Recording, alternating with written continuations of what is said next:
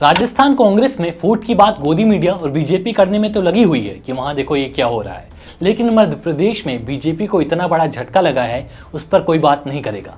लेकिन हम आपको बताते हैं, मध्य प्रदेश में अब विंध्य क्षेत्र को अलग राज्य बनाने की मांग जोर पकड़ने लगी है।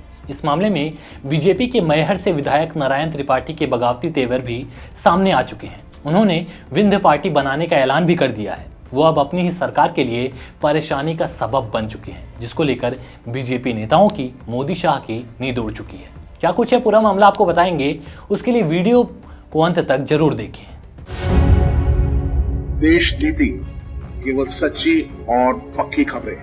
मध्य प्रदेश में साल के आखिर में विधानसभा चुनाव होना है, लेकिन ये चुनाव बीजेपी के लिए किसी अग्नि परीक्षा से कम नहीं है, क्योंकि एक तरफ विपक्ष खड़ा है तो दूसरी तरफ अपनों की नाराजगी भी बीजेपी के लिए बड़ी परेशानी बन सकती है।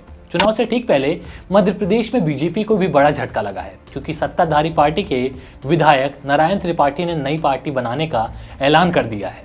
सतना जिले की मैहर विधानसभा सीट से 4 बार के विधायक नारायण त्रिपाठी ने बीजेपी से बगावत की पूरी तैयारी कर ली है। नारायण ने नई पार्टी बनाने का ऐलान किया है। नारायण त्रिपाठी ने अपनी पार्टी का नाम विंध्य पार्टी रखने का ऐलान किया है, जो नए विंध्य प्रदेश की मांग पर बन रही है, जिसकी औपचारिकता 15 मई को पूरी भी कर ली जाएगी। नारायण त्रिपाठी ने नई पार्टी बनाने के साथ साथ विंध्य क्षेत्र के 9 जिलों की 30 विधानसभा सीटों पर जनता से जिताने की अपील भी की है, जिसके बाद अलग विंध्य प्रदेश बनाने का दावा भी किया गया, जिससे प्रदेश में राजनीतिक माहौल गर्मा गया है। नारायण ने विंध्य क्षेत्र के 30 विधानसभा क्षेत्रों में अपने कैंडिडेट उतारने की भी बात कह डाली है। विंध्य प्रदेश की मांग उठा रहे नारायण त्रिपाठी फिलहाल तो बीजेपी से विधायक है, लेकिन मध्य प्रदेश की सियासत में उनकी पहचान केवल इतनी नहीं है। नारायण 3 अलग अलग पार्टियों से विधानसभा चुनाव जीत चुके हैं। पहली बार 2003 में समाजवादी पार्टी के टिकट से विधायक बने थे। 2008 के चुनाव में फिर सपा के टिकट पर चुनाव लड़े, लेकिन भाजपा से करारे शिकस्त का सामना करना पड़ा था। 2013 में नारायण सपा का दामन छोड़ कांग्रेस में शामिल हुए और कांग्रेस के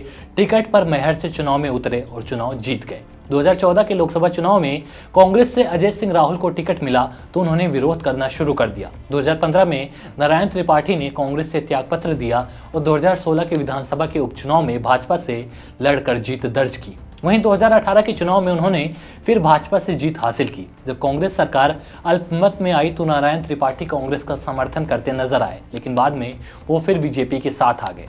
नारायण त्रिपाठी 3 अलग अलग पार्टियों से विधायक बनकर एक इतिहास बना चुके हैं। फिलहाल उनकी नई पार्टी के ऐलान से राजनीतिक हलकों में सरगर्मियां बढ़ चुकी हैं। जो बीजेपी विंध्य में अब तक मजबूत दिख रही थी, उसको बड़ा झटका लग सकता है। इस साल होने जा रहे विधानसभा चुनाव में बीजेपी का विंध्य के इलाके में बेड़ा गर्क होना तो अब तय है।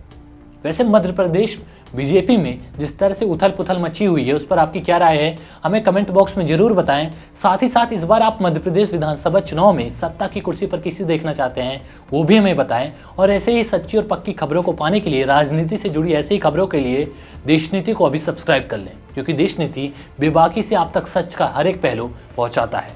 धन्यवाद। आपका एक सब्सक्राइब हमारे लिए महत्वपूर्ण है। देश नीति को अभी सब्सक्राइब करें और बेल आइकन को दबाना ना भूलें।